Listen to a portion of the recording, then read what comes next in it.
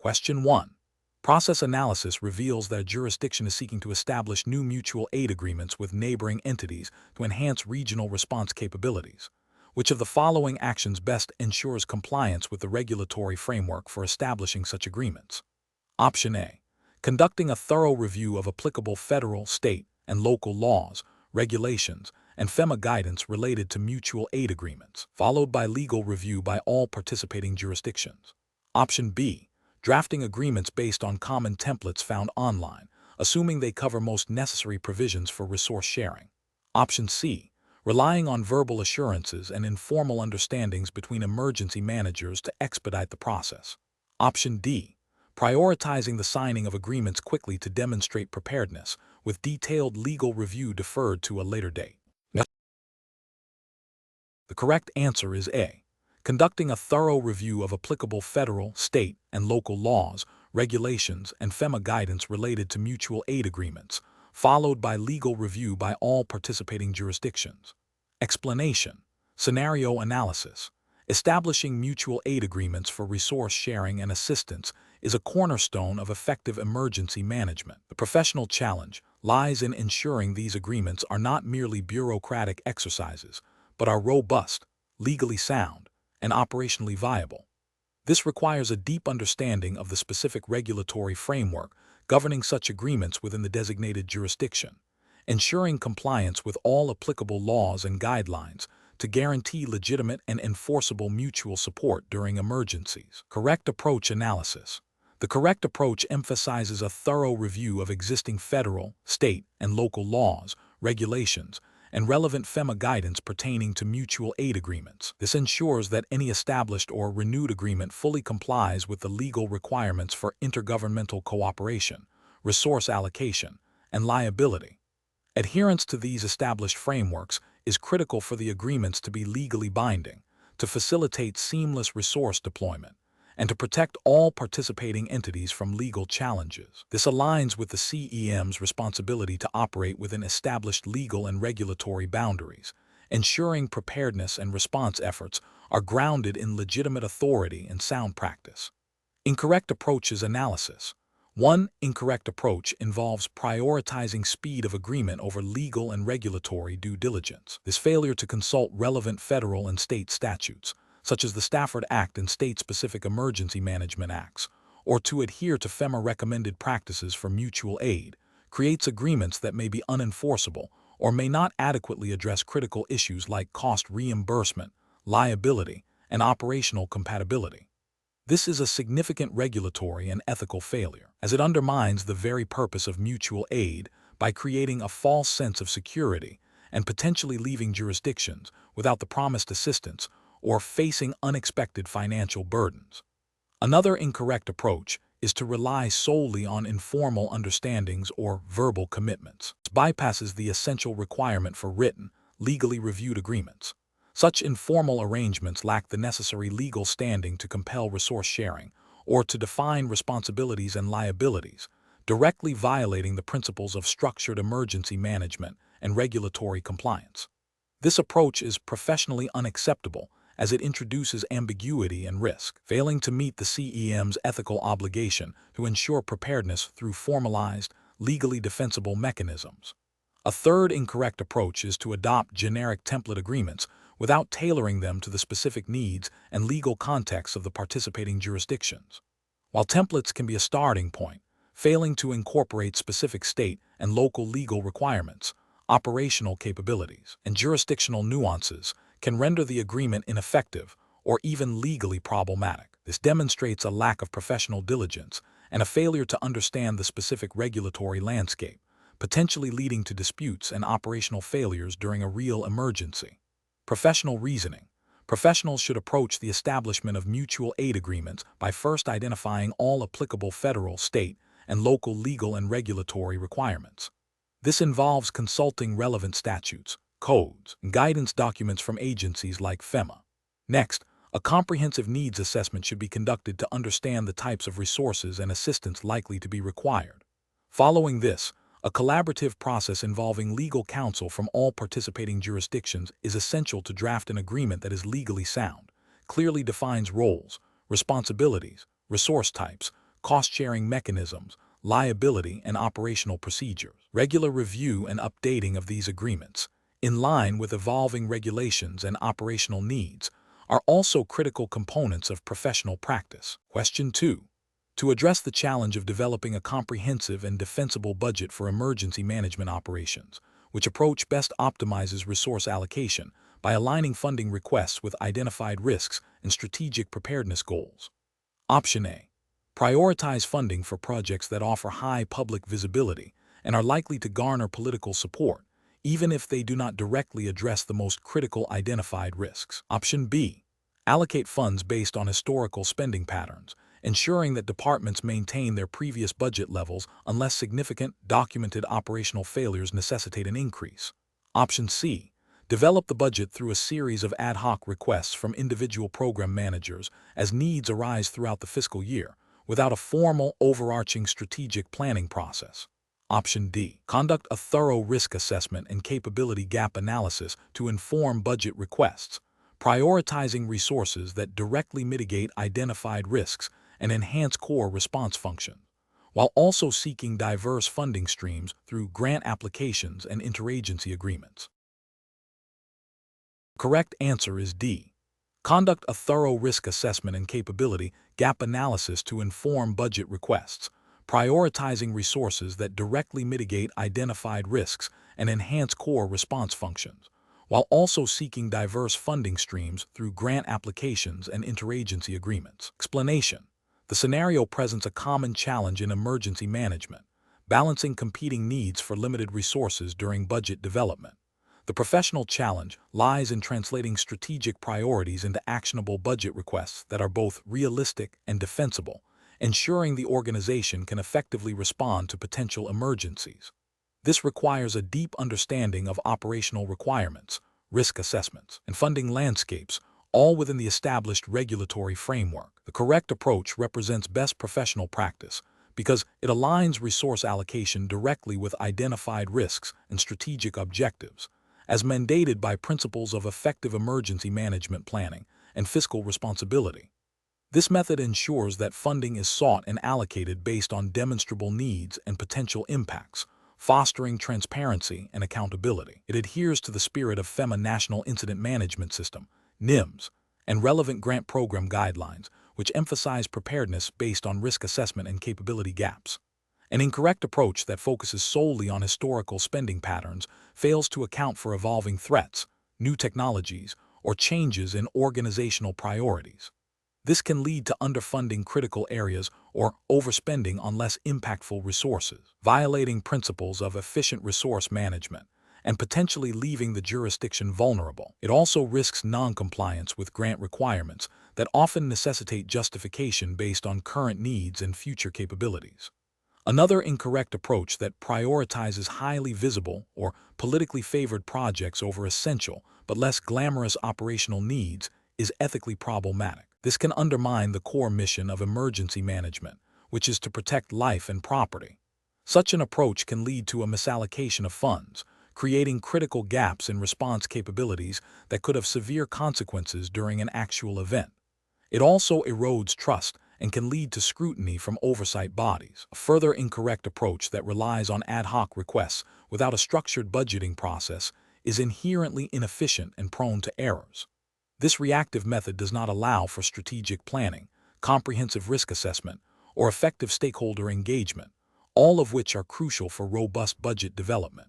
It can lead to missed funding opportunities and an inability to demonstrate the return on investment for emergency management expenditures. Professionals should employ a decision-making framework that begins with a thorough risk assessment and capability gap analysis. This should be followed by strategic planning that defines clear objectives and priorities.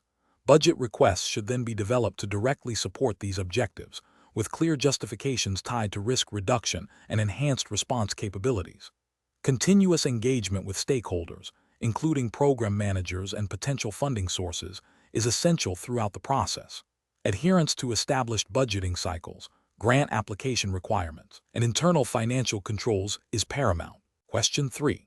The monitoring system demonstrates that a new development project, located in a high seismic zone and a designated floodplain, is proposing to utilize building materials and structural designs that meet current minimum building code requirements, but do not incorporate advanced seismic retrofitting techniques or enhanced floodproofing measures recommended by recent FEMA hazard mitigation guidance for projected climate change impacts. As the certified emergency manager overseeing the review, what is the most ethically and professionally sound course of action?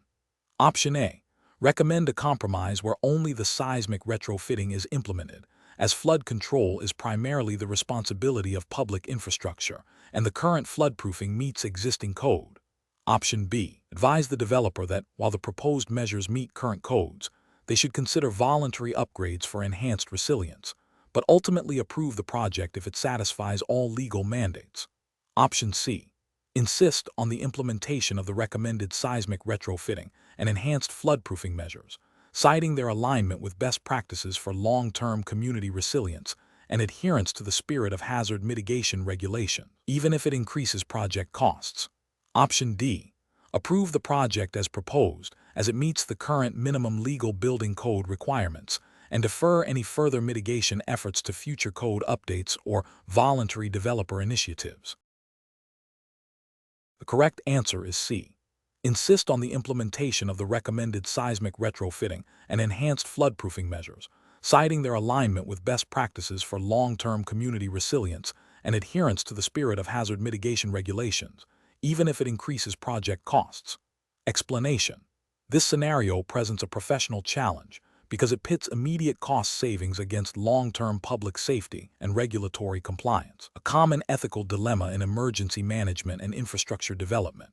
The Certified Emergency Manager, CEM, must balance the competing interests of stakeholders, including developers, regulatory bodies, and the community, while upholding their professional responsibility to protect lives and property.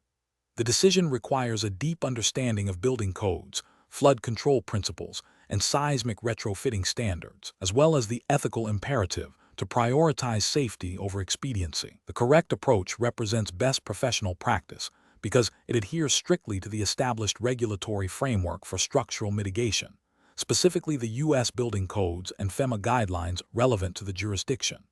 Prioritizing the implementation of recommended seismic retrofitting and flood control measures, even if they increase initial construction costs, aligns with the CEM's ethical obligation to ensure the long-term resilience of the community against natural hazards. This proactive stance minimizes the risk of future damage, loss of life, and the substantial costs associated with disaster response and recovery, thereby fulfilling the CEM's duty to public safety and adherence to legal mandates. An incorrect approach that suggests deferring seismic retrofitting until a future code update fails to acknowledge the immediate risk posed by existing seismic vulnerabilities. This disregards the fundamental purpose of building codes, which is to establish minimum safety standards for current construction and occupancy. Ethically, it represents a failure to act with due diligence and a disregard for the potential for catastrophic failure during an earthquake, directly violating the CEM's responsibility to protect the public. Another incorrect approach that proposes relying solely on existing flood control structures without assessing their adequacy against projected climate change impacts is also professionally unacceptable. This ignores the dynamic nature of environmental risks and the evolving guidance from agencies like FEMA regarding future flood risks. It constitutes a failure to apply a forward-looking risk assessment, which is a core competency for a CEM, and could lead to significant underestimation of future flood hazards, resulting in inadequate mitigation and potential disaster. A third incorrect approach that advocates for accepting a lower standard of floodproofing to reduce costs, despite evidence of increased flood risk, represents a direct ethical compromise. This prioritizes financial gain over public safety and violates the principle of do no harm. It also likely contravenes specific provisions within building codes and flood insurance program requirements that mandate certain levels of protection based on flood zone designation and projected impacts. A professional decision-making process for similar situations should involve a systematic risk assessment, a thorough review of applicable building codes and hazard mitigation standards, consultation with relevant technical experts, and open communication with all stakeholders. The CEM must advocate for decisions that prioritize public safety and long-term resilience, even when faced with financial pressures or resistance. This involves understanding the legal and ethical implications of each decision and being prepared to justify choices based on established best practices and regulatory requirements. Question 4. Risk assessment procedures indicate that a coastal community faces a range of potential hazards, including hurricanes, sea level rise, and the possibility of a localized chemical spill from an industrial facility. The Emergency Management Agency has limited resources for a full-scale risk assessment and must prioritize its efforts. Which of the following approaches best aligns with regulatory requirements and best practices for comprehensive hazard identification and risk assessment? Option A. Conduct a detailed analysis of historical hurricane data and current sea level rise projections, while also performing a rapid assessment of the chemical spill hazard based on available public information and facility self-reporting. Option B. Prioritize a comprehensive assessment of all identified hazards, utilizing a multi-hazard approach that systematically analyzes the probability and potential impact of each threat, including cascading effects, to inform a robust mitigation and preparedness strategy. Option C. Undertake a qualitative assessment of all hazards, relying primarily on the experience of long-term residents and local officials to identify potential risks and their perceived severity. Option D.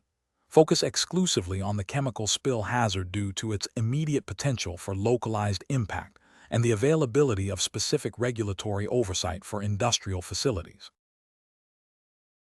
The correct answer is A. Conduct a detailed analysis of historical hurricane data and current sea level rise projections, while also performing a rapid assessment of the chemical spill hazard based on available public information and facility self-reporting. Explanation. This scenario is professionally challenging because it requires an emergency manager to balance immediate operational needs with long-term strategic planning, all while adhering to specific regulatory mandates for hazard identification and risk assessment. The pressure to demonstrate progress and secure resources can lead to shortcuts that compromise the integrity of the risk assessment process. Careful judgment is required to ensure that the chosen approach is both compliant and effective in guiding future mitigation and preparedness efforts. The correct approach represents best professional practice because it directly aligns with the foundational principles of emergency management as outlined in the Certified Emergency Manager (CEM) framework, which emphasizes a systematic and comprehensive approach to understanding potential threats and vulnerabilities. This involves not only identifying hazards, but also analyzing their potential impact and likelihood, thereby enabling informed decision-making for resource allocation and strategy development. Adherence to established methodologies ensures that the risk assessment is robust, defensible, and contributes to building a more resilient community. An incorrect approach that focuses solely on readily apparent or recent hazards fails to meet regulatory requirements for a comprehensive hazard identification process. This oversight can lead to a false sense of security by neglecting less obvious but potentially catastrophic threats, violating the ethical obligation to protect the public from all foreseeable risks. Another incorrect approach that prioritizes low-impact, high-probability events over high-impact, low-probability events, while seemingly practical for immediate resource allocation, neglects the critical need to prepare for catastrophic events that could overwhelm existing capabilities, thus failing to fulfill the mandate of comprehensive risk reduction. An approach that relies on anecdotal evidence rather than systematic data collection and analysis is fundamentally flawed. This introduces bias and subjectivity, undermining the scientific rigor expected in risk assessment and potentially leading to misallocation of resources and ineffective mitigation strategies, which is a direct contravention of professional standards and regulatory expectations for evidence-based decision-making. Professionals should employ a decision-making framework that begins with a thorough understanding of the relevant regulatory requirements and established best practices for hazard identification and risk assessment. This involves defining the scope of the assessment, identifying all potential hazards, natural, technological, and human-caused, analyzing their characteristics, frequency, magnitude, duration, assessing vulnerability of critical infrastructure and populations, and estimating potential consequences. The process should be iterative, incorporating new data and feedback, and should culminate in a clear articulation of risks and prioritized recommendations for mitigation, preparedness, response, and recovery. Question 5. Quality control measures reveal that during a recent multi-day wildfire response, the local emergency management agency's volunteer corps was significantly depleted due to a combination of burnout and unexpected volunteer attrition. To address the immediate need for support in sheltering operations and resource distribution, the agency is considering how to integrate new volunteers who have just arrived. Which of the following approaches best balances immediate operational needs with the safety and preparedness of the volunteer workforce, adhering to established emergency management principles? Option A. Assign all newly arrived volunteers to the most urgent tasks, assuming they can learn by observing experienced personnel, and address any formal training needs after the incident has concluded. Option B. Immediately deploy all newly arrived volunteers to assist with sheltering operations, providing only brief, on-the-spot instructions regarding their immediate tasks. Option C. Prioritize the deployment of existing, trained volunteers to critical roles while simultaneously initiating a structured, albeit potentially accelerated, onboarding process for new volunteers, including essential safety briefings and task-specific training before assigning them to less critical support functions. Option D. Halt all volunteer deployment until a comprehensive, long-term recruitment and training program can be fully developed and implemented, ensuring all future volunteers are perfectly prepared. The correct answer is B. Immediately deploy all newly arrived volunteers to assist with sheltering operations, providing only brief, on-the-spot instructions regarding their immediate tasks. Explanation. Scenario analysis. This scenario presents a common challenge in emergency management, ensuring the effectiveness and safety of a volunteer workforce during a critical incident. The professional challenge lies in balancing the immediate need for assistance with the long-term implications of inadequate volunteer management, including potential liability, compromised operational effectiveness, and damage to community trust. Careful judgment is required to select an approach that is both responsive and compliant with established emergency management principles and any applicable local or state regulations governing volunteer organizations. Correct approach analysis. The correct approach prioritizes immediate safety and operational effectiveness by leveraging existing, trained volunteers while simultaneously initiating a structured recruitment and training process for new personnel.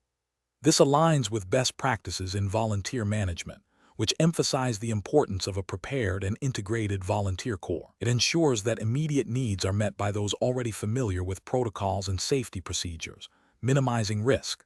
Simultaneously, it addresses future capacity by adhering to proper recruitment and training standards, preventing the deployment of untrained individuals who could pose a risk to themselves or others, or hinder response efforts.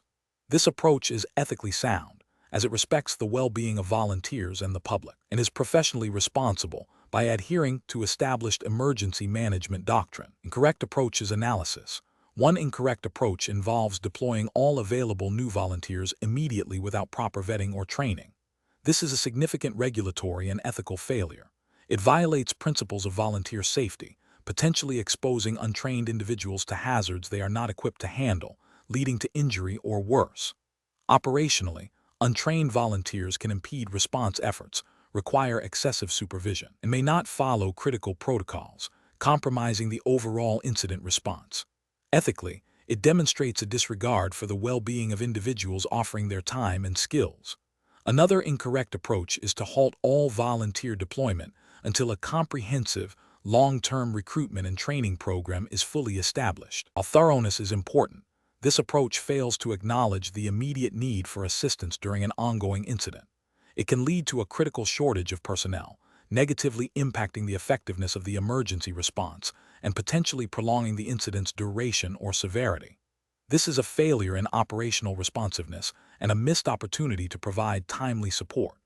A third incorrect approach is to rely solely on informal, on-the-spot training for new volunteers during the incident.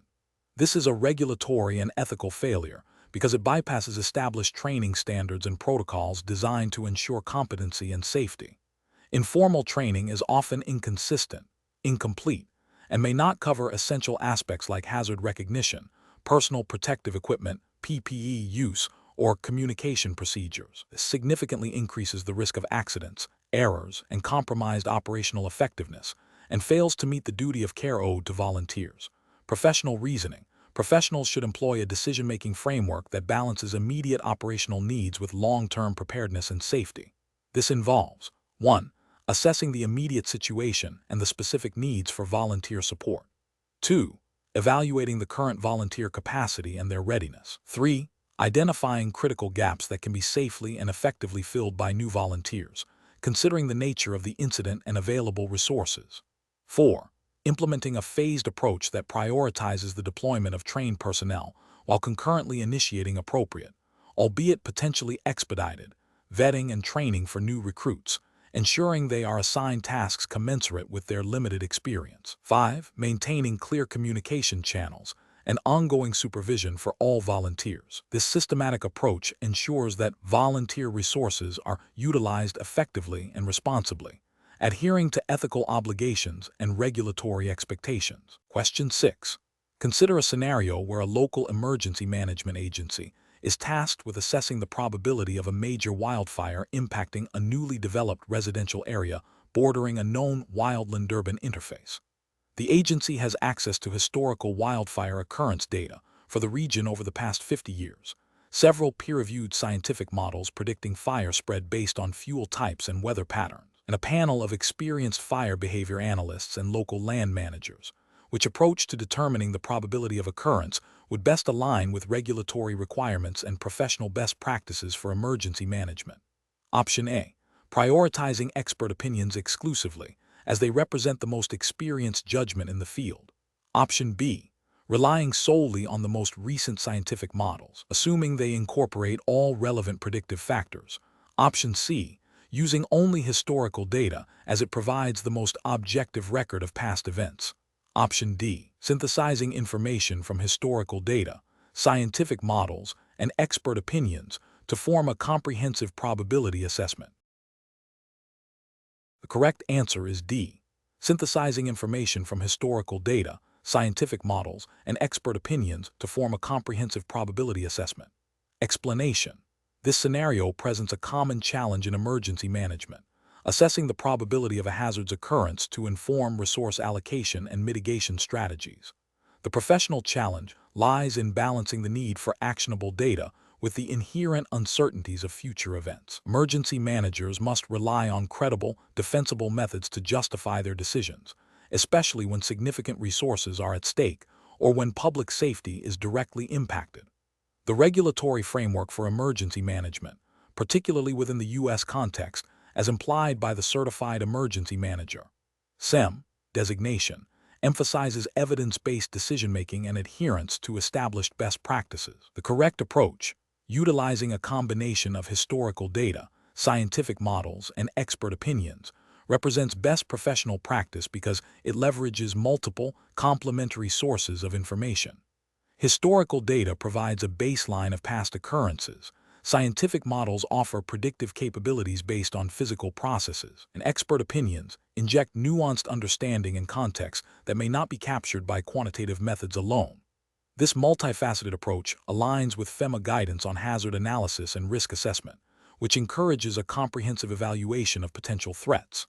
Ethically, it ensures that decisions are not based on single, potentially biased, or incomplete data points, thereby promoting fairness and diligence in protecting the public. An approach relying solely on historical data might be insufficient if the underlying conditions that led to past events have changed, or if the historical record is too short to be statistically significant. This could lead to underestimating or overestimating the probability, resulting in misallocated resources or inadequate preparedness. Regulatory failure here would be a lack of due diligence in considering evolving environmental or societal factors. Relying exclusively on scientific models, while valuable, can be problematic if the models are not validated for the specific local context or if they fail to account for human factors or cascading effects. This could be seen as an ethical failure if it leads to a false sense of security or an over-reliance on potentially flawed predictions. An approach based solely on expert opinions, while useful for qualitative insights, risks being subjective and lacking the empirical grounding required for robust risk assessment. This could be a regulatory failure if it bypasses established risk assessment methodologies that require quantitative or semi-quantitative analysis. Professionals should employ a structured decision-making process that begins with clearly defining the hazard and the scope of the assessment. They should then identify all relevant data sources, including historical records, available scientific literature and models, and subject matter experts. A critical step is to critically evaluate the quality and applicability of each data source, considering its limitations and potential biases. The next phase involves synthesizing the information from these diverse sources, looking for convergence and divergence in findings. This synthesis should inform a reasoned judgment about the probability of occurrence, which is then documented thoroughly. This documentation is crucial for regulatory compliance and for communicating the rationale behind preparedness and mitigation decisions to stakeholders. Question 7. The investigation demonstrates that an emergency operations plan, EOP, has been developed and is generally well structured, but it lacks specific details regarding the integration and coordination of non-governmental organizations, NGO, during a major disaster response. Which of the following represents the most critical deficiency requiring immediate attention and remediation? Option A. The absence of clearly defined roles, responsibilities, and communication protocols for participating NGOs within the EOP. Option B. The EOP does not explicitly detail the process for updating contact information for all external agencies annually. Option C. Minor inconsistencies in the formatting and pagination of the EOP document. Option D. The plan assumes a certain level of pre-existing coordination with NGOs that has not been formally documented. The correct answer is A. The absence of clearly defined roles, responsibilities, and communication protocols for participating NGOs within the EOP. Explanation. This scenario presents a common challenge in emergency management, balancing the need for comprehensive planning with the practical realities of resource limitations and evolving threats. A certified emergency manager, CEM, must critically evaluate the effectiveness and compliance of an emergency operations plan, EOP, based on established best practices and regulatory requirements. The professional challenge lies in discerning whether the plan's shortcomings are minor oversights or fundamental failures that could jeopardize public safety and organizational effectiveness during a real event. Careful judgment is required to identify the most significant deficiency that requires immediate attention and remediation. The correct approach represents best professional practice because it directly addresses a critical gap in the EOP that has been identified through an investigation. This gap, concerning the lack of clearly defined roles and responsibilities for non-governmental organizations, NGO, during a large-scale disaster, is a significant deficiency. Best practices in emergency management, as outlined by FEMA and other authoritative bodies, emphasize the importance of whole community involvement, including the integration of NGOs into the EOP. Failure to clearly delineate their roles can lead to duplication of effort, gaps in service delivery, and confusion during a crisis, directly impacting the effectiveness of the overall response. This approach prioritizes addressing a fundamental planning weakness that has direct implications for operational readiness and public safety, aligning with the core principles of emergency management. An incorrect approach that fails to identify the lack of defined NGO roles as the primary deficiency would represent a regulatory and ethical failure. For instance, focusing solely on the format or aesthetic presentation of the EOP, while important for readability, is a superficial concern when critical operational elements are missing. This would be a failure to adhere to the substance of emergency management planning, which prioritizes functional preparedness over mere documentation aesthetics. Another incorrect approach might be to dismiss the identified deficiency as minor, underestimating the potential impact of uncoordinated NGO involvement. This would be an ethical failure to uphold the duty of care to the public by not ensuring the plan is robust enough to handle complex disaster scenarios. Furthermore, an approach that suggests delaying remediation until the next scheduled EOP review would be a regulatory failure, as it implies a willingness to operate with a known, significant planning deficiency, potentially violating mandates for maintaining an effective and current EOP. Professionals should employ a systematic decision-making process when evaluating an EOP. This process begins with understanding the specific regulatory framework and best practices applicable to their jurisdiction. Next, they should analyze the findings of any investigation or review, identifying both strengths and weaknesses. The critical step is to prioritize identified deficiencies based on their potential impact on operational effectiveness, public safety, and regulatory compliance. This involves asking, what is the most critical gap that, if unaddressed, poses the greatest risk during an emergency? Once identified, a plan for remediation should be developed and implemented promptly, ensuring that the EOP remains a living document that reflects current capabilities and threats. Question 8. Upon reviewing the initial reports of a multi-jurisdictional hazardous materials release impacting a densely populated urban area, the Emergency Operations Center, EOC, activation is confirmed. Several local, state, and federal agencies are responding, with varying levels of expertise and equipment. The incident commander needs to rapidly establish an effective organizational structure to manage the complex response. Which of the following actions best ensures a coordinated and efficient response in accordance with established emergency management principles? Option A. Defer the formal establishment of incident command and coordination mechanisms until the immediate tactical situation is stabilized, relying on informal communication among responders. Option B. Immediately establish a unified command structure, clearly defining the roles and responsibilities of each responding agency and designating a single point of authority for incident direction, while activating established communication and coordination protocols. Option C. Focus solely on deploying available resources to address the immediate hazards, assuming that individual agencies will manage their own operational areas without formal integration. Option D. Instruct all responding personnel to report directly to the most senior official present at the incident scene, regardless of their agency affiliation, to expedite decision-making. Correct answer is B. Immediately establish a unified command structure, clearly defining the roles and responsibilities of each responding agency and designating a single point of authority for incident direction, while activating established communication and coordination protocols. Explanation. Scenario analysis. This scenario presents a common challenge in emergency management, a rapidly evolving incident requiring immediate, coordinated action across multiple agencies with potentially overlapping or unclear lines of authority.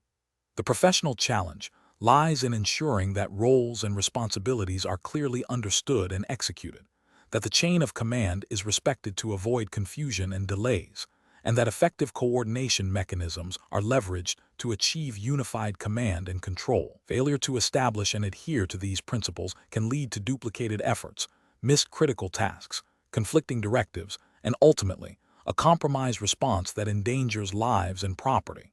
Correct approach analysis. The correct approach emphasizes the immediate establishment of a unified command structure, clearly defining roles and responsibilities based on existing agency authorities and incident objectives. This aligns directly with the National Incident Management System, NIMS, principles, which are foundational to U.S. emergency management practice and are often a prerequisite for federal funding and support.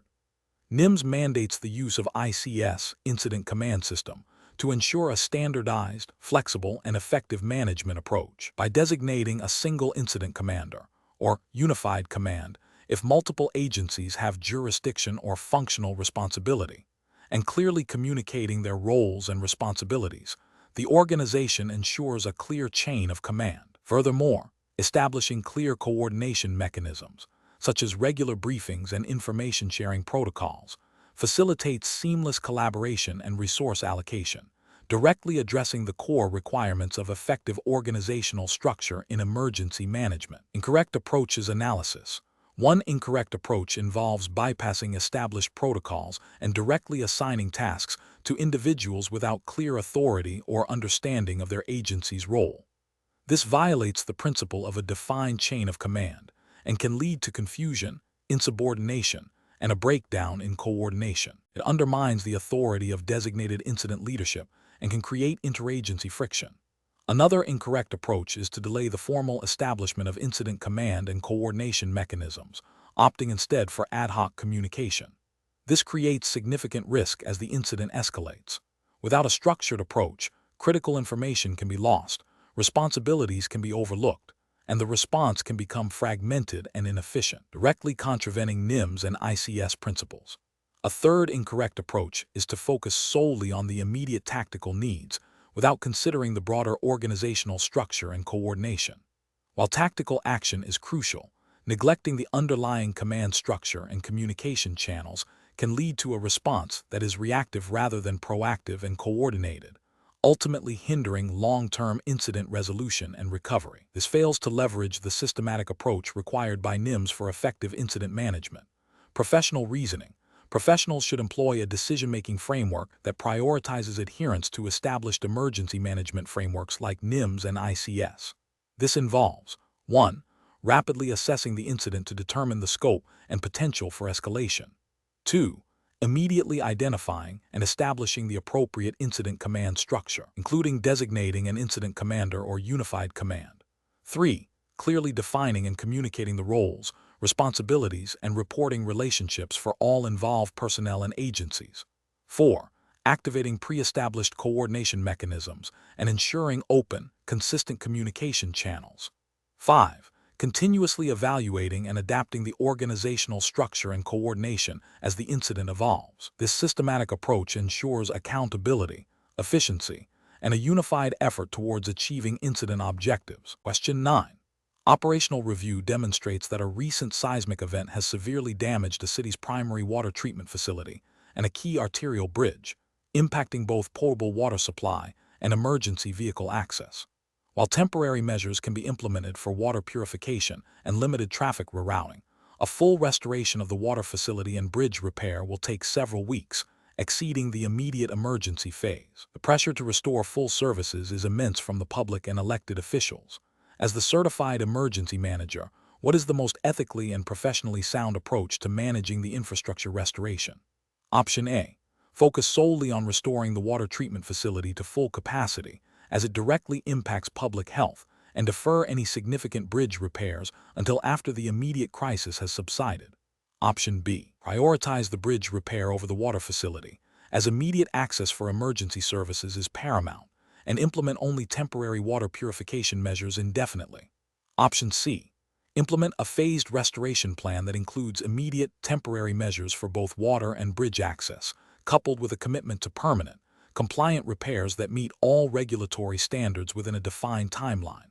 Option D. Expedite the restoration of both the water facility and the bridge by temporarily bypassing all non-essential building codes and utility standards to meet the immediate demand. The correct answer is C. Implement a phased restoration plan that includes immediate, temporary measures for both water and bridge access, coupled with a commitment to permanent, compliant repairs that meet all regulatory standards within a defined timeline. Explanation. Scenario analysis. This scenario presents a classic ethical dilemma for an emergency manager. The challenge lies in balancing the immediate need for critical infrastructure restoration with the long-term implications of potentially compromising safety standards due to time pressure and resource constraints. The emergency manager must navigate conflicting priorities: public safety, operational efficiency, and adherence to established regulations and best practices. The pressure to restore services quickly can lead to shortcuts that, while seemingly expedient, could have severe consequences if not carefully managed. Correct approach analysis. Prioritizing a phased restoration plan that incorporates immediate temporary fixes followed by permanent, compliant repairs best represents professional practice. This approach aligns with the principles of responsible emergency management, emphasizing a systematic and risk-informed decision-making process. It acknowledges the urgency of the situation while upholding the integrity of infrastructure and ensuring long-term resilience. This method is ethically sound as it prioritizes public safety by not permanently compromising standards and is regulatory compliant by seeking to meet or exceed established building codes and utility standards, even if temporarily. It demonstrates a commitment to the CEM Code of Ethics, particularly regarding the responsibility to protect the public and the environment. Incorrect approach is analysis. Choosing to implement only temporary fixes without a clear plan for permanent, compliant repairs is ethically problematic and regulatory non-compliant. This approach prioritizes speed over safety and long-term viability, potentially creating a greater hazard in the future. It violates the principle of due diligence and could lead to further infrastructure failures, endangering the public. It fails to adhere to the spirit and letter of regulations that mandate safe and resilient infrastructure. Opting to bypass all regulatory requirements to expedite restoration is a severe ethical and regulatory failure. This demonstrates a disregard for established safety standards and legal obligations, which are in place to protect the public. Such an approach could result in catastrophic failures, loss of life, and significant legal repercussions. It directly contravenes the CEM Code of Ethics concerning professional integrity and adherence to laws and regulations.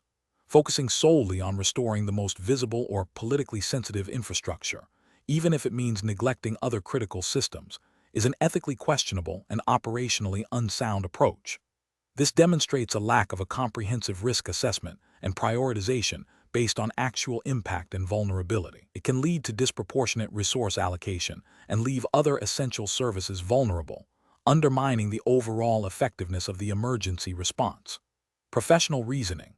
Emergency managers should employ a structured decision-making process that begins with a thorough assessment of the situation, including the scope of damage, critical infrastructure dependencies, and potential cascading impacts. This should be followed by a risk analysis to identify the most significant threats to public safety and well-being. Developing a phased recovery plan that balances immediate needs with long-term resilience, while consulting with relevant technical experts and regulatory bodies, is crucial. Transparency with stakeholders regarding the restoration process and any necessary deviations from normal procedures, along with a commitment to eventual full compliance, is also paramount. Question 10. Examination of the data shows a sudden, severe localized flooding event impacting a densely populated urban area, overwhelming local response capabilities. A neighboring jurisdiction has excess, readily available sandbags and personnel that could significantly mitigate the immediate threat to life and property in the affected area. However, the formal mutual aid request process is known to be time-consuming and may not be completed in time to prevent substantial damage. Which of the following actions best aligns with legal and ethical considerations for a certified emergency manager in this situation? Option A. Instruct the neighboring jurisdiction to hold their resources until the formal mutual aid request is fully processed and approved, to ensure strict compliance with all interjurisdictional agreements. Option B. Immediately deploy the sandbags and personnel from the neighboring jurisdiction, documenting the critical need and initiating the formal mutual aid request concurrently with the deployment, and informing relevant authorities of the immediate action taken. Option C. Authorize the immediate use of the sandbags and personnel from the neighboring jurisdiction, and then seek retrospective approval from both jurisdictions' governing bodies for the unauthorized deployment. Option D. Initiate a new, independent procurement process for sandbags and personnel from any available source, bypassing the neighboring jurisdiction to avoid potential complications with their mutual aid agreement. The correct answer is B. Immediately deploy the sandbags and personnel from the neighboring jurisdiction, documenting the critical need and initiating the formal mutual aid request concurrently with the deployment, and informing relevant authorities of the immediate action taken. Explanation. This scenario presents a significant professional challenge due to the inherent tension between immediate public safety needs and the legal/regulatory requirements for emergency response resource allocation. The Certified Emergency Manager, CEM, must navigate this complexity by prioritizing adherence to established legal frameworks and ethical principles, even under pressure. The correct approach represents best professional practice because it directly addresses the legal and ethical imperative to comply with all applicable laws and regulations, including those governing the use of emergency resources. This aligns with the CEM's professional responsibility to uphold the integrity of emergency management operations and ensure accountability. Specifically, it acknowledges that while the intent to help is commendable, unauthorized use of resources can have severe legal repercussions and undermine public trust.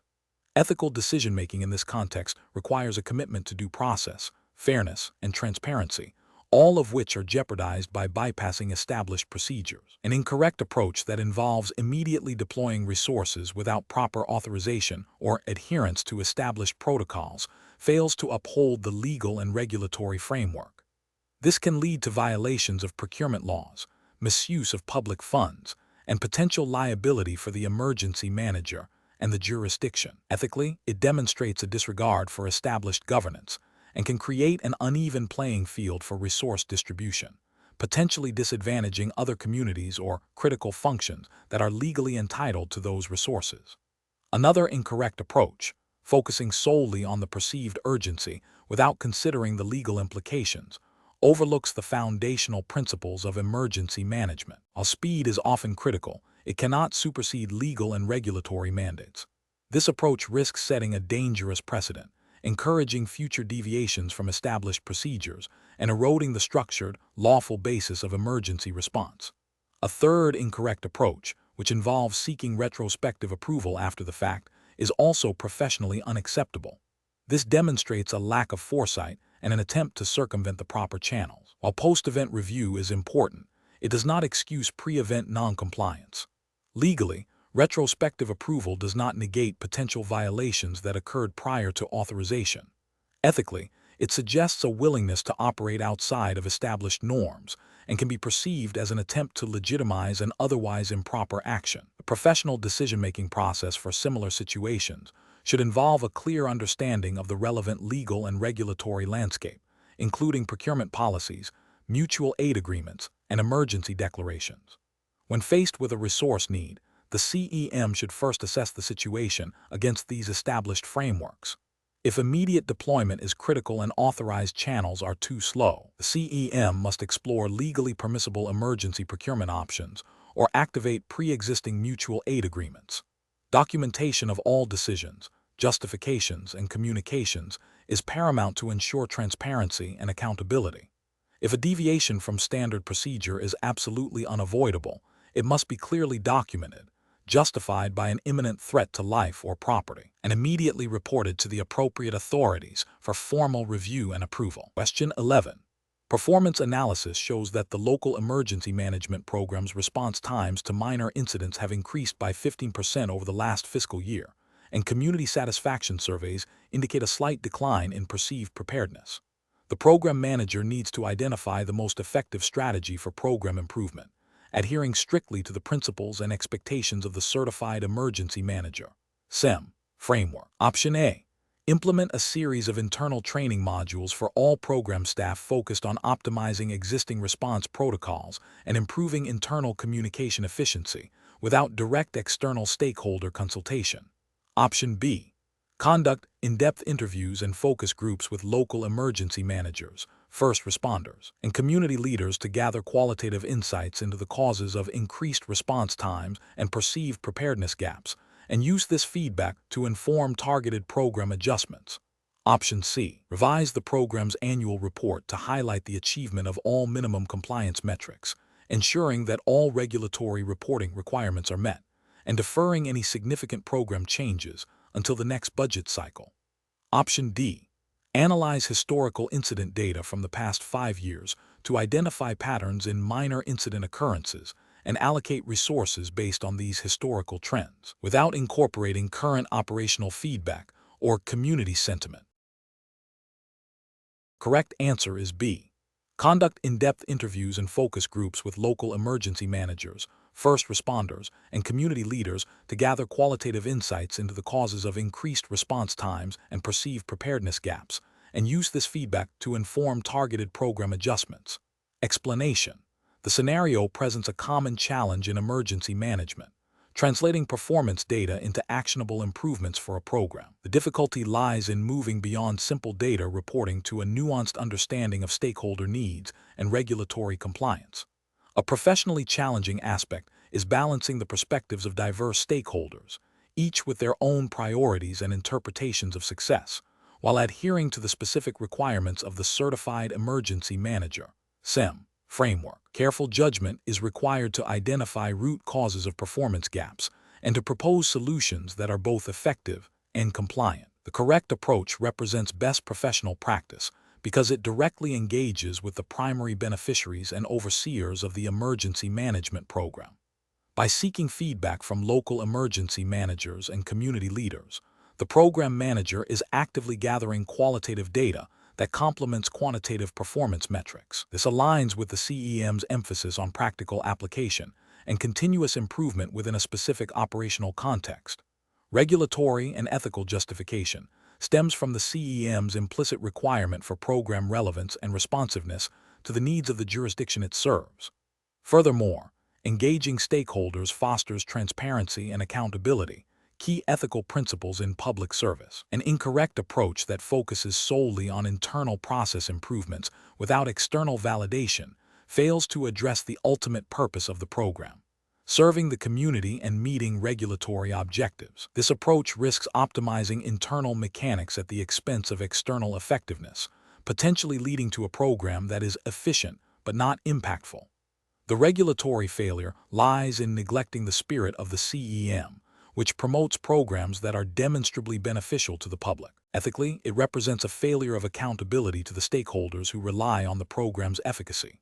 Another incorrect approach that prioritizes meeting minimum compliance metrics without seeking to exceed them overlooks the CEM's expectation of proactive and robust emergency preparedness. While compliance is a baseline, effective emergency management requires a commitment to excellence and continuous enhancement. The regulatory failure here is a narrow interpretation of requirements, potentially missing opportunities for greater resilience.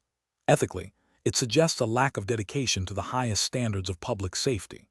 Finally, an approach that relies exclusively on historical data without considering current or emerging threats or stakeholder feedback is inherently reactive and may not adequately prepare the jurisdiction for future challenges. This approach risks becoming obsolete. The regulatory failure is a failure to adapt and evolve, which is implicitly required for effective emergency management under any robust framework. Ethically, it represents a potential dereliction of duty to protect the public by not anticipating future needs. The professional decision-making process for similar situations should involve a multifaceted approach to program evaluation. This includes 1. Establishing clear, measurable objectives aligned with regulatory requirements and stakeholder needs. 2. Collecting both quantitative and qualitative data from a variety of sources, including performance metrics, incident reports, and stakeholder feedback. 3. Analyzing this data to identify trends, root causes of performance gaps, and areas for improvement. 4. Developing actionable recommendations that are realistic, achievable, and compliant. And 5. Implementing these recommendations and establishing a feedback loop for ongoing monitoring and adjustment. Question 12. Quality control measures reveal a significant breakdown in interagency coordination during a recent multi-jurisdictional wildfire response, with federal, state, local, and tribal agencies reporting communication gaps and conflicting operational directives. What is the most effective and professionally sound approach to address this breakdown and prevent future occurrences? Option A. Convene a joint after-action review involving representatives from all affected federal, state, local, and tribal agencies to identify specific procedural gaps, communication failures, and training needs, and develop collaborative recommendations for improvement. Option B. Assign primary responsibility for the coordination failure to the local emergency management agency and require them to develop and implement all corrective actions independently. Option C. Immediately implement new, agency-specific communication technologies and protocols for all responding entities, based on the assessment of the lead federal agency, without further consultation. Option D. Reissue existing interagency coordination guidelines and standard operating procedures to all participating agencies with a directive to strictly adhere to them in future incidents, without investigating the specific reasons for their failure. The correct answer is A. Convene a joint after-action review involving representatives from all affected federal, state, local, and tribal agencies to identify specific procedural gaps, communication failures, and training needs, and develop collaborative recommendations for improvement. Explanation. Scenario analysis. This scenario is professionally challenging because it highlights a breakdown in established interagency coordination protocols during a critical incident. The effectiveness of emergency management hinges on seamless collaboration between federal, state, local, and tribal agencies. A failure to adhere to established communication channels and operational plans can lead to duplicated efforts, resource mismanagement, delayed response, and ultimately, increased risk to public safety and property. The challenge lies in identifying the root cause of the breakdown and implementing corrective actions that reinforce trust and operational synergy. Correct approach analysis. The correct approach emphasizes a structured, post-incident review process that involves all affected agencies. This aligns with best practices in emergency management, which mandate continuous improvement through after-action reviews and lessons learned. Specifically, it reflects the principles of the National Incident Management System, NIMS, and the Incident Command System, ICE, which are foundational to U.S. federal emergency management. These systems stress the importance of standardized communication, clear roles and responsibilities, and collaborative planning. By convening a joint after-action review, the goal is to identify specific procedural gaps, communication failures, and training needs that hindered effective coordination, leading to actionable recommendations for future incidents. This approach fosters accountability and promotes a shared understanding of what went wrong and how to prevent recurrence, thereby strengthening interagency relationships and operational readiness. Incorrect approaches analysis. One incorrect approach focuses solely on assigning blame to a single agency without a comprehensive review. This violates the collaborative spirit of emergency management and can damage interagency relationships, making future coordination more difficult. It fails to identify systemic issues or shared responsibilities, thus hindering genuine improvement. Ethically, it is unprofessional to scapegoat without due process and a thorough investigation. Another incorrect approach involves implementing new, ad hoc communication protocols without consulting or training all relevant agencies. This bypasses established procedures and can create confusion and further fragmentation. It ignores the need for standardized, interoperable systems and processes, which are critical for effective interagency operations under federal guidelines. This approach risks creating more problems than it solves by introducing unvetted and potentially incompatible communication methods. A third incorrect approach is to simply reiterate existing protocols without investigating the specific reasons for their failure during the incident. This demonstrates a lack of commitment to genuine improvement and suggests that the quality control measures were not taken seriously. It fails to address the practical challenges encountered and the specific breakdowns in collaboration, rendering the review process ineffective and perpetuating the same coordination issues in future events. Professional reasoning. Professionals should approach such situations by first acknowledging the importance of a systematic and collaborative review. The decision-making process should prioritize understanding the why behind the observed coordination failures. This involves gathering data from all involved parties, analyzing the incident timeline against established protocols, and identifying specific points of friction or breakdown. The goal is not to point fingers, but to learn and adapt. Professionals should leverage frameworks like NIMS and ICS to guide their analysis and recommendations, ensuring that proposed solutions are aligned with national standards and promote interoperability and mutual support among all levels of government and tribal entities. Question 13. Analysis of a rapidly evolving wildfire scenario impacting a densely populated suburban area. The emergency manager for the affected county is tasked with establishing immediate communication protocols. The primary challenge is ensuring timely and accurate information reaches residents, first responders, and regional support agencies, while accounting for potential infrastructure damage and power outages. Which of the following approaches best establishes clear communication protocols for this emergency situation, adhering to established U.S. emergency management frameworks? Option A. Implement a communication strategy that prioritizes internal agency communication via encrypted radio channels, with public information to be released only through the county's official website, which may be inaccessible if power is lost. Option B. Develop a multimodal communication plan that includes primary and redundant systems, e.g., emergency alert systems, radio broadcasts, social media, and door-to-door notifications.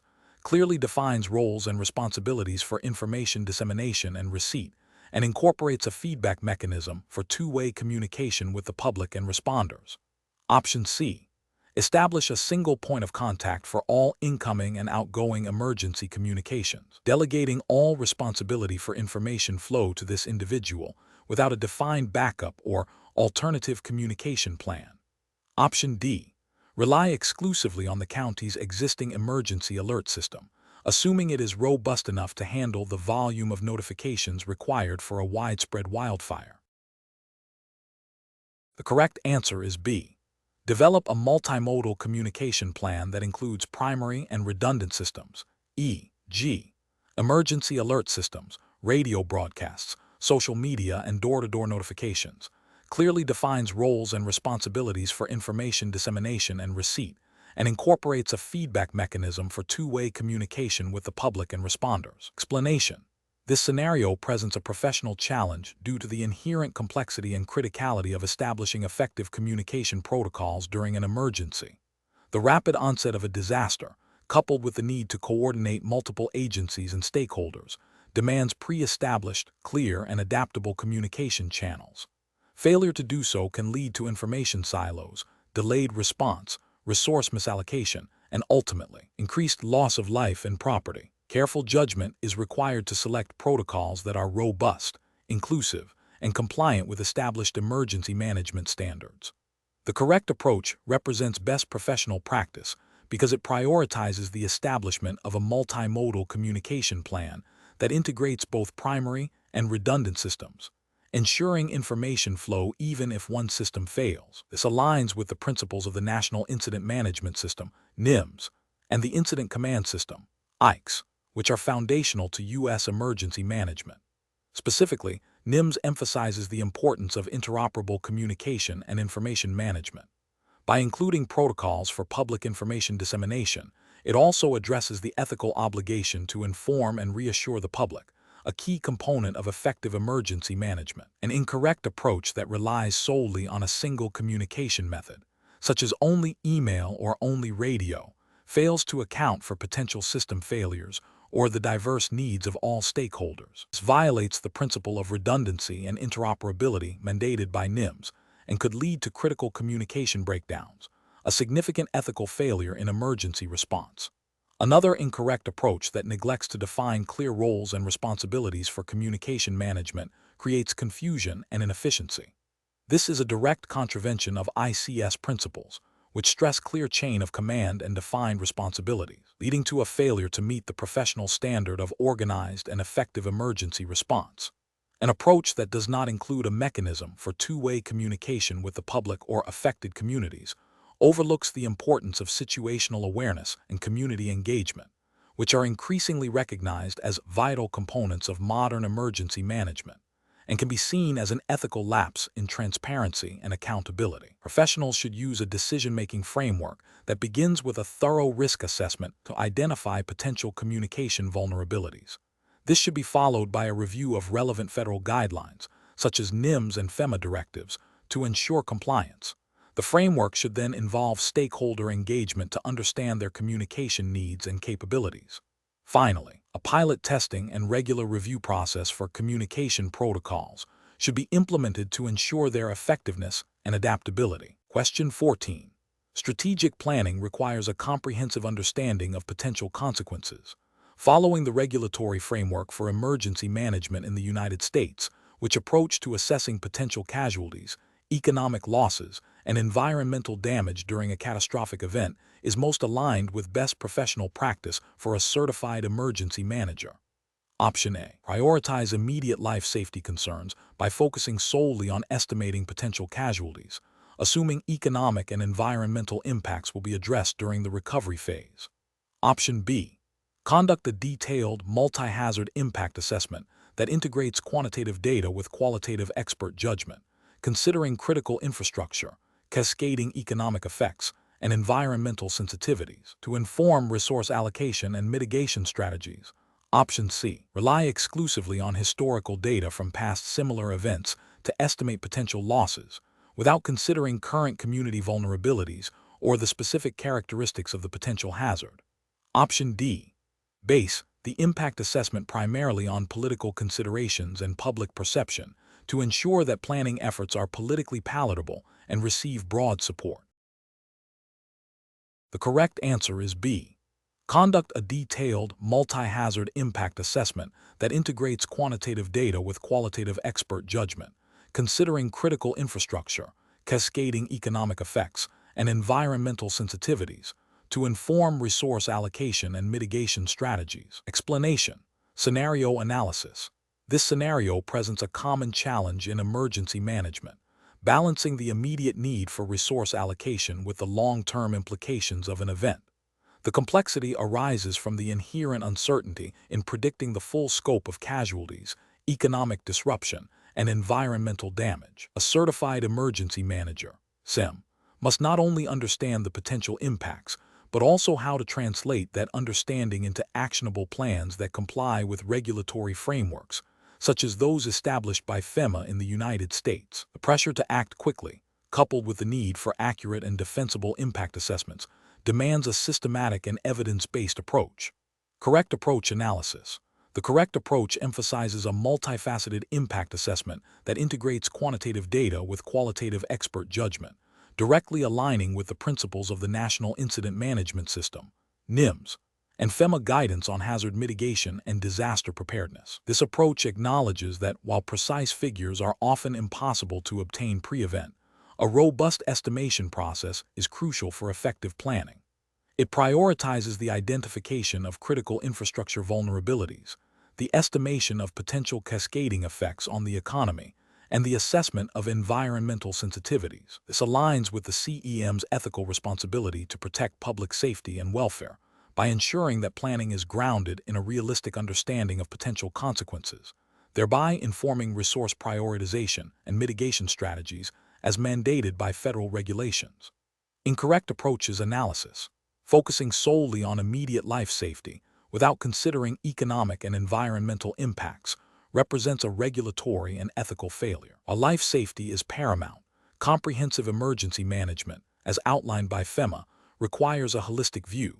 Neglecting economic losses can lead to inadequate recovery planning and prolonged community disruption, potentially violating the spirit of disaster relief legislation. Similarly, ignoring environmental damage can result in long-term ecological harm and public health issues, contravening environmental protection laws and the CEM's duty to protect the broader community. Over-reliance on historical data without accounting for current vulnerabilities or the unique characteristics of a potential event is another significant failure. Regulations often require a forward-looking approach that considers evolving threats and community resilience. Using outdated or irrelevant data can lead to misallocation of resources and ineffective preparedness measures, undermining the credibility of the planning process and potentially failing to meet the requirements of grant funding or preparedness standards. Prioritizing political considerations over objective impact assessment is a severe ethical and regulatory breach. Emergency management decisions must be based on scientific evidence and risk analysis, not on political expediency. Such an approach compromises the integrity of the planning process, can lead to inequitable resource distribution, and erodes public trust, violating the core principles of professional emergency management and potentially leading to non-compliance with federal oversight. Professional reasoning. Professionals should employ a structured decision-making process that begins with defining the scope of the potential incident and identifying relevant hazards. This is followed by data collection, which includes historical data, current intelligence, and expert knowledge. The next step involves applying established methodologies for impact assessment, considering casualties, economic disruption, and environmental damage. This assessment should then be used to inform the development of response objectives, resource requirements, and mitigation strategies. Regular review and validation of the assessment with stakeholders, including relevant government agencies and subject matter experts, are crucial to ensure accuracy and buy-in. This iterative process, grounded in regulatory requirements and ethical principles, allows for adaptive planning and effective resource management. Question 15. The audit findings indicate a potential underestimation of environmental risks associated with a proposed industrial expansion adjacent to a protected wetland area and a facility storing hazardous chemicals. The emergency manager is tasked with reviewing the expansion proposal and its impact on the community's emergency preparedness plan. Which of the following actions best represents the emergency manager's professional responsibility in this situation? Option A. Forward the audit findings to a state environmental agency and await their determination on the proposal without conducting an independent risk assessment. Option B. Approve the expansion based on the projected economic benefits, assuming that existing regulatory oversight by other agencies is sufficient to manage any potential environmental hazards. Option C. Recommend a comprehensive environmental impact assessment that specifically evaluates the proximity to hazardous materials and the ecological sensitivity of the wetland, and advocate for the integration of these findings into the emergency preparedness plan to mitigate identified risks. Option D. Advise the proposing company that the audit findings are likely minor and do not warrant significant changes to the current emergency preparedness plan, suggesting they proceed with the expansion. The correct answer is C. Recommend a comprehensive environmental impact assessment that specifically evaluates the proximity to hazardous materials and the ecological sensitivity of the wetland, and advocate for the integration of these findings into the emergency preparedness plan to mitigate identified risks. Explanation: scenario analysis. This scenario presents a professional challenge for an emergency manager due to the inherent conflict between economic development pressures and the imperative to protect sensitive ecosystems and public safety from potential environmental hazards. The audit findings highlight a potential oversight in the risk assessment process, specifically concerning the cumulative impact of development on an area with known ecological fragility and proximity to hazardous material storage. The emergency manager must balance competing interests, including stakeholder demands, regulatory compliance, and the ethical responsibility to safeguard both human and environmental well-being. This requires a nuanced understanding of environmental factors and their implications for emergency preparedness and response. Correct approach analysis. The correct approach prioritizes a comprehensive, science-based risk assessment that explicitly considers the proximity of the proposed development to identified hazards and the sensitivity of the local ecosystem. This aligns with the core principles of emergency management, which emphasize proactive hazard identification, risk reduction, and the protection of vulnerable populations and environments. By advocating for a thorough environmental impact study and the integration of findings into the emergency plan, the emergency manager upholds their ethical duty to ensure that development does not unduly increase risks or compromise the resilience of the community and its natural resources. This approach is best professional practice as it is grounded in a systematic and evidence-based methodology for risk management, directly addressing the audit findings and promoting long-term community safety and environmental sustainability. Incorrect approaches analysis. One incorrect approach fails to adequately address the audit findings by focusing solely on the economic benefits of the development without a commensurate evaluation of the environmental risks. This represents a regulatory failure by potentially overlooking requirements for environmental review and risk assessment, mandated by relevant environmental protection laws and emergency preparedness guidelines. Ethically, it prioritizes short-term economic gains over the long-term safety and ecological integrity of the community. Another incorrect approach might involve deferring the decision entirely to external agencies without conducting an independent, thorough assessment of the local context. While interagency coordination is crucial, an emergency manager has a primary responsibility to understand and address the specific risks within their jurisdiction. This approach could be a procedural failure, neglecting the duty to provide informed recommendations based on a comprehensive understanding of the local hazard landscape and ecosystem sensitivity. It also represents an ethical abdication of responsibility. A third incorrect approach could be to dismiss the audit findings as minor or speculative without further investigation. This is a significant professional and ethical failure. It demonstrates a lack of due diligence and a disregard for potential risks that could have severe consequences during an emergency. This approach directly contradicts the principles of proactive risk management and the ethical obligation to protect public safety and the environment. Professional reasoning. Professionals should employ a systematic decision-making process that begins with a thorough understanding of the audit findings and their implications. This involves gathering all relevant data, including environmental assessments, hazard inventories, and ecosystem studies. The next step is to identify potential conflicts between proposed actions and existing risks, considering both immediate and long-term consequences. Professionals must then evaluate various response options against established regulatory requirements and ethical principles, prioritizing approaches that promote safety, resilience, and environmental stewardship. Open communication with stakeholders, including regulatory bodies and community members, is essential throughout this process. When faced with competing interests, the decision-making framework should prioritize the protection of life, property, and the environment, guided by a commitment to best professional practices and ethical conduct. Question 16.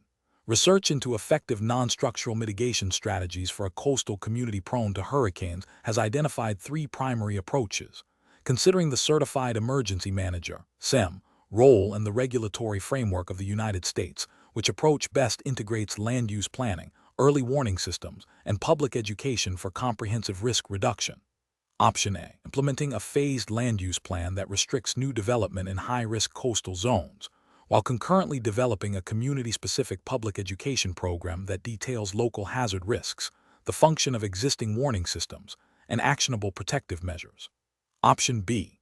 Developing a sophisticated, multi-channel early warning system that utilizes advanced meteorological modeling and automated alerts, coupled with a comprehensive public education campaign focused on general hurricane preparedness and evacuation routes.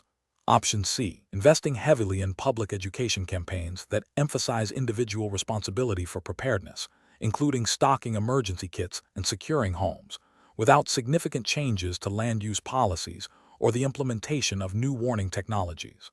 Option D. Focusing exclusively on upgrading existing early warning systems to ensure maximum reach and speed of dissemination, with minimal emphasis on land use planning or public education, beyond basic alert notifications. The correct answer is B.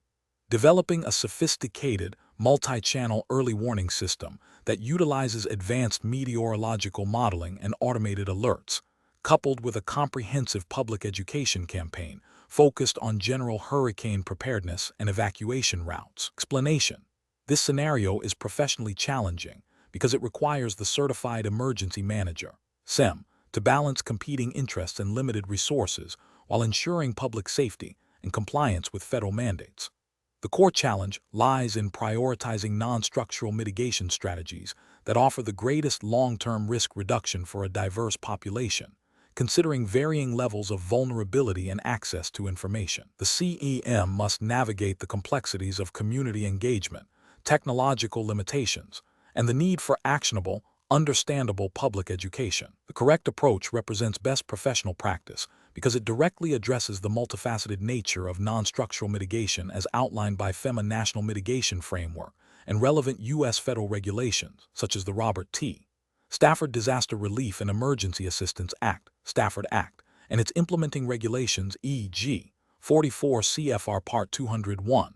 Land use planning, when integrated with risk assessment, is a foundational element of proactive mitigation, aiming to reduce exposure to hazards by guiding development away from high-risk areas. Early warning systems, when designed to be accessible and understandable, are critical for timely evacuation and protective actions, directly saving lives. Public education, tailored to specific community needs and hazard types, empowers individuals and communities to take appropriate preparedness measures, fostering resilience. This integrated approach aligns with the ethical imperative to protect public welfare and the regulatory requirement to implement effective mitigation strategies. An incorrect approach that focuses solely on the most technologically advanced early warning system without considering public accessibility or understanding fails ethically and regulatorily. This neglects the principle of equitable risk reduction and can lead to disproportionate impacts on vulnerable populations, violating the spirit of the Stafford Act and FEMA guidance on inclusive preparedness. Similarly, an approach that prioritizes public education on general preparedness without specific, actionable guidance tied to identified local risks and available warning systems is incomplete. It lacks the specificity required for effective risk reduction and may not adequately address the immediate needs during an event, potentially failing to meet the intent of hazard mitigation planning. An approach that emphasizes land use planning in isolation, without concurrent efforts in early warning and public education, creates a gap in the mitigation continuum. While it addresses long-term exposure, it fails to provide immediate protective measures for existing populations or those in areas where development cannot be easily restricted, thus not representing a comprehensive mitigation strategy. Professional decision-making in such situations requires a systematic risk assessment process that considers hazard identification, vulnerability analysis, and the effectiveness of various mitigation measures. The CEM should employ a multi-hazard approach, engaging stakeholders from all sectors of the community, including vulnerable populations, to ensure that mitigation strategies are inclusive, equitable, and practical. This involves a continuous cycle of planning, implementation, evaluation, and adaptation, informed by data, best practices, and regulatory requirements. Question 17. Strategic planning requires a comprehensive approach to engaging businesses and organizations in emergency preparedness. Considering the diverse nature of the private sector, which of the following strategies best fosters effective and sustainable partnerships for enhancing community resilience? Option A.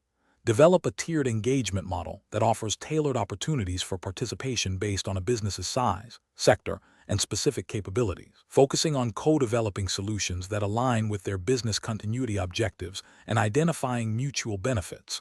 Option B. Implement a mandatory participation program where all businesses are required to meet specific preparedness standards, with penalties for non-compliance, ensuring a baseline level of readiness across the private sector. Option C. Focus engagement efforts exclusively on large corporations that possess significant resources, assuming they can absorb the majority of preparedness responsibilities and provide substantial in-kind support. Option D. Create a standardized preparedness checklist that all businesses must complete annually, with a primary focus on immediate, easily achievable actions to ensure broad but superficial engagement. The correct answer is A. Develop a tiered engagement model that offers tailored opportunities for participation based on a business's size, sector, and specific capabilities, focusing on co-developing solutions that align with their business continuity objectives and identifying mutual benefits. Explanation. Scenario analysis. This scenario is professionally challenging because it requires balancing the diverse needs and capabilities of private sector entities with the public sector's mandate for community-wide emergency preparedness. Businesses operate under different priorities, risk tolerances, and resource constraints than government agencies. Effective engagement necessitates understanding these differences and fostering mutual benefit, rather than imposing unilateral expectations. The challenge lies in moving beyond a transactional relationship to build sustainable, collaborative partnerships that enhance overall resilience. Correct approach analysis. The correct approach emphasizes a tailored, collaborative strategy that recognizes the unique value proposition each business can offer. This aligns with best practices in public-private partnerships for emergency management, which advocate for understanding business continuity needs, identifying areas of mutual interest, e.g., supply chain resilience, workforce safety, and co-developing solutions. This approach fosters trust and commitment, leading to more robust and sustainable partnerships. It respects the private sector's autonomy while integrating their capabilities into the broader emergency management framework, thereby maximizing resource utilization and community resilience. This is ethically sound as it promotes equitable burden sharing and leverages diverse strengths for the common good. Incorrect approaches analysis. One incorrect approach focuses solely on regulatory mandates and compliance. This fails to acknowledge that while regulations may exist, effective private sector engagement goes beyond mere adherence. It can breed resentment and superficial participation, as businesses may only do the minimum required. This approach lacks the collaborative spirit essential for building genuine partnerships and can lead to missed opportunities for innovation and resource integration. Ethically, it can be seen as a coercive tactic rather than a partnership, potentially undermining the spirit of shared responsibility. Another incorrect approach is to assume all businesses have identical resources and capabilities. This overlooks the vast spectrum of private sector entities, from multinational corporations to small local businesses. A one-size-fits-all strategy is inefficient and can alienate smaller organizations that may have valuable, albeit different, contributions to make. This approach is professionally unsound, as it leads to ineffective outreach and engagement, failing to tap into the full potential of the private sector. It also raises ethical concerns about fairness and equitable inclusion in preparedness efforts. A third incorrect approach is to prioritize immediate, tangible contributions without considering long-term strategic alignment.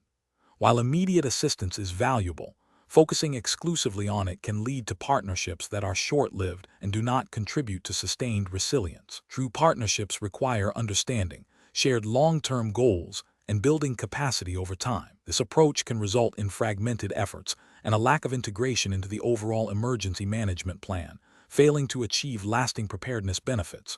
Professional reasoning. Professionals should approach private sector engagement with a mindset of partnership and mutual benefit. This involves conducting thorough assessments of potential partners' capabilities, interests, and constraints. The process should be iterative, involving dialogue, co-creation of plans, and regular communication. Professionals should seek to understand the business case for preparedness for each entity and align emergency management objectives with their business continuity goals. This fosters a sense of ownership and commitment, leading to more effective and sustainable outcomes. The decision-making process should be guided by principles of collaboration, inclusivity, and strategic alignment, ensuring that all contributions, regardless of scale, are valued and integrated. Question 18. Compliance review shows that a local emergency management agency is evaluating its current alert and warning technologies, which include a network of outdoor sirens, a subscription-based mass notification system, and participation in the Wireless Emergency Alerts (WE) program. The agency is seeking to ensure its systems meet federal requirements and provide effective public notification for a range of potential hazards. Which of the following approaches best demonstrates a commitment to compliance and effective public warning under U.S. regulatory frameworks? Option A. Conduct a cost-benefit analysis to identify the most economical alert and warning solution, prioritizing systems that offer the lowest per notification cost, even if it means relying primarily on a single technology. Option B. Rely on the existing mass notification system and WEA participation, assuming that these digital systems are sufficient for all hazard types and populations, and defer any further investment in sirens or other technologies. Option C. Prioritize the integration of WEA with existing siren systems to ensure broad reach and redundancy, while also assessing the mass notification system's ability to supplement these primary alerts for targeted messaging and specific demographic groups, ensuring all components align with FCC mandates and FEMA guidance on integrated warning systems. Option D. Focus on upgrading the outdoor siren system to the latest technological standards, as sirens are the most visible and traditional form of public warning. Then ensure WEA participation is maintained at a basic level. The correct answer is C.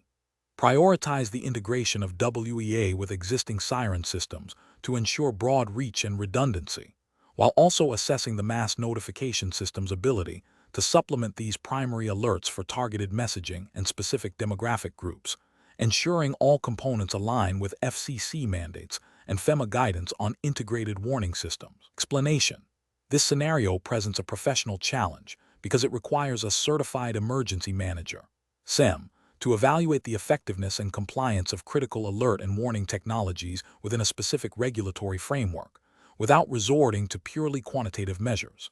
The challenge lies in understanding the nuanced interplay between technology capabilities, legal mandates, and public safety objectives. A CEM must demonstrate a deep understanding of the U.S. regulatory landscape governing emergency alerts, particularly the Federal Communications Commission, FCC rules and National Incident Management System, NIMS, guidelines, as they pertain to wireless emergency alerts, WE, sirens, and mass notification systems. The correct approach represents best professional practice because it directly addresses the core requirements of emergency alert and warning systems as defined by U.S. federal regulations and FEMA guidance.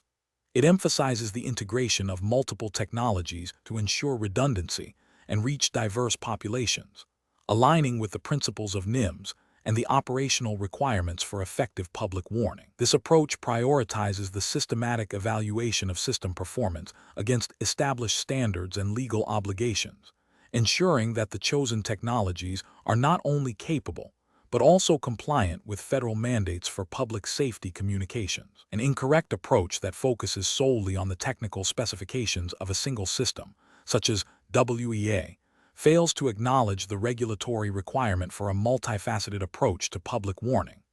This overlooks the limitations of any single technology and the need for redundancy, which is implicitly or explicitly supported by FEMA guidance on integrated warning systems. Another incorrect approach that prioritizes cost-effectiveness over comprehensive coverage and compliance ignores the paramount ethical and legal obligation to protect public safety.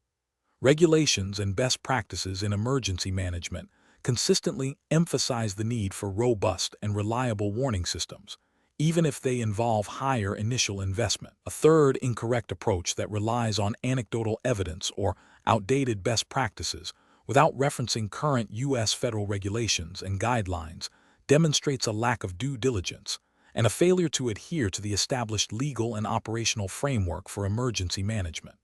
This could lead to non-compliance and ineffective public warnings. Professionals should employ a decision-making framework that begins with a thorough understanding of applicable U.S. federal laws, FCC regulations, and FEMA guidance related to alert and warning systems. This framework involves assessing the capabilities of various technologies, sirens, mass notification, against these regulatory requirements, considering factors such as reach, redundancy, accessibility for all populations, and interoperability.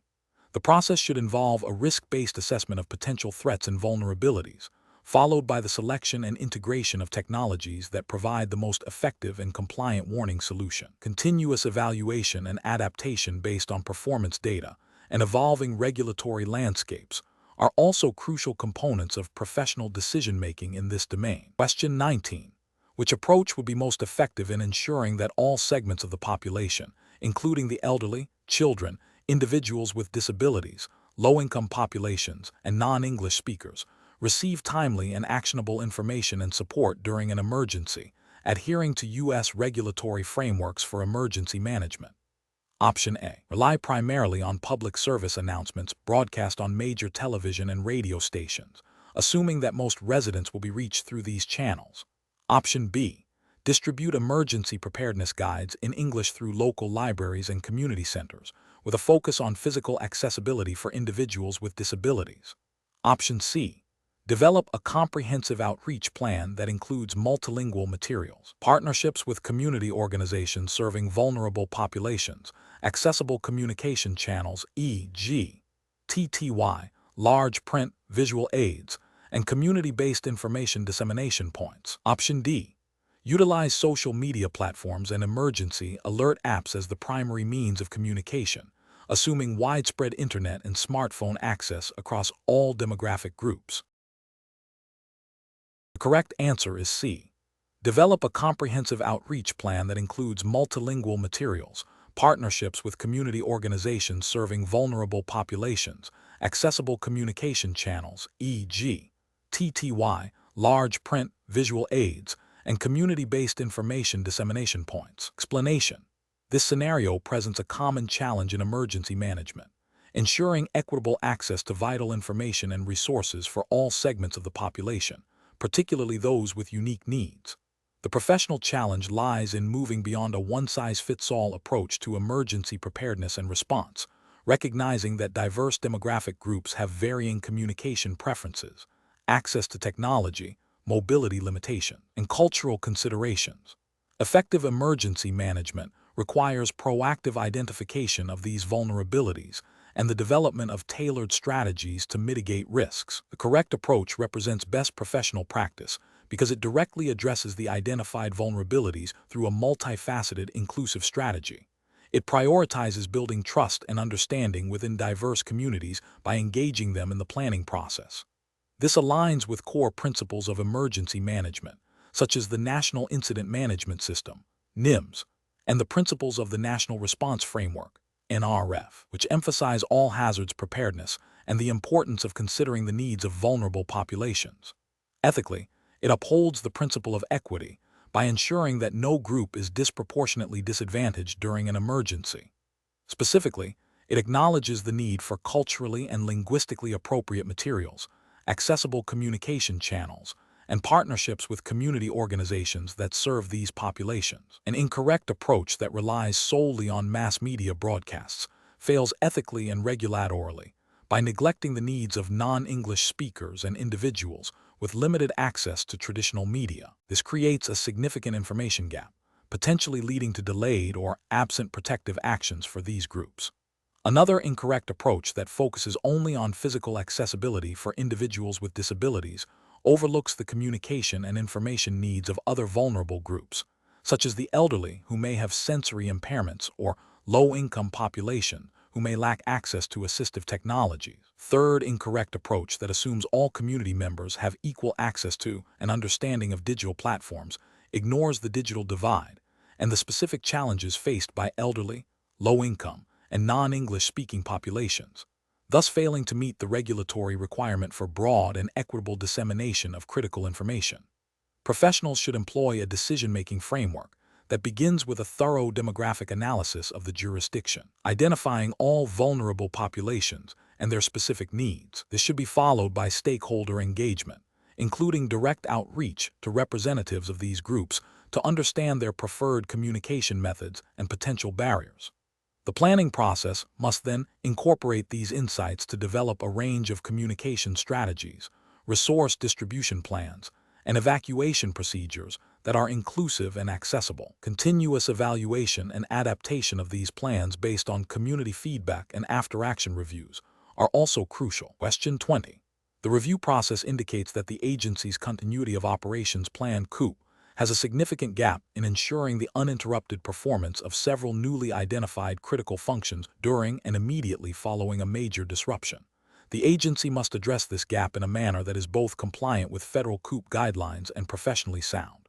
Which of the following actions best addresses this situation? Option A. Immediately procure advanced technological solutions to support these critical functions, assuming technology will inherently ensure continuity. Option B. Integrate the newly identified critical functions into the existing COOP plan by updating procedures, identifying necessary resources, and cross-training personnel within the current framework. Option C. Defer the integration of these critical functions into the COOP plan until the next scheduled comprehensive review cycle, which is 18 months away. Option D. Develop a completely new, separate COOP plan specifically for these critical functions to ensure dedicated focus and resources. Correct answer is B. Integrate the newly identified critical functions into the existing COOP plan by updating procedures, identifying necessary resources, and cross-training personnel within the current framework. Explanation. This scenario presents a common challenge in continuity of operations planning (COOP), balancing the immediate need for operational resilience with the long-term strategic imperative of resource optimization and regulatory compliance. The professionally challenging aspect lies in identifying the most effective and compliant method to achieve the desired outcome of sustained essential functions without overcommitting resources or violating established guidelines. Careful judgment is required to discern between a superficial fix and a robust, sustainable solution that aligns with the Certified Emergency Manager (CEM) professional standards and relevant U.S. federal regulations governing COOP. The correct approach represents best professional practice because it directly addresses the identified gap in the COOP plan by leveraging existing, validated resources and methodologies.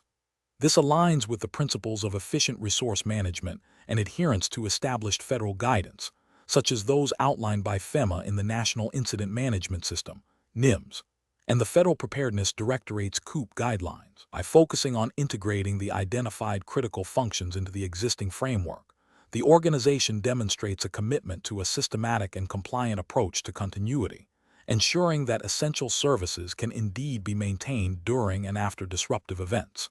This proactive integration minimizes the risk of future compliance issues and enhances overall preparedness. An incorrect approach that proposes developing an entirely new, standalone plan without considering integration fails to acknowledge the established COOP framework and the principle of building upon existing capabilities. This represents a regulatory failure by potentially creating redundant or conflicting plans, which is inefficient and can lead to confusion during an actual event.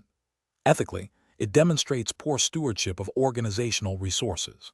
Another incorrect approach that suggests deferring the integration of critical functions to a future, unspecified review period is a failure to act decisively on a known vulnerability. This is a significant operational and regulatory risk, as it leaves essential functions exposed to disruption. It violates the spirit of proactive preparedness inherent in COOP and the CEM certification's emphasis on readiness. Finally, an approach that focuses solely on acquiring new technology without a comprehensive integration strategy overlooks the foundational elements of COOP. While technology can be a component, it is not a substitute for a well-defined plan and established procedures. This approach represents a potential regulatory failure by prioritizing a single solution over a holistic, compliant COOP strategy, and an ethical lapse in resource allocation if the technology does not directly address the identified functional gaps within the existing framework. The professional decision-making process for similar situations should involve a thorough assessment of the identified gap against existing COOP plans and relevant federal regulations. This includes evaluating the feasibility and compliance of integrating the critical functions into current structures, considering resource implications, and prioritizing actions that enhance overall resilience and meet regulatory requirements. A systematic, risk-based approach that favors integration and optimization over duplication or deferral is paramount.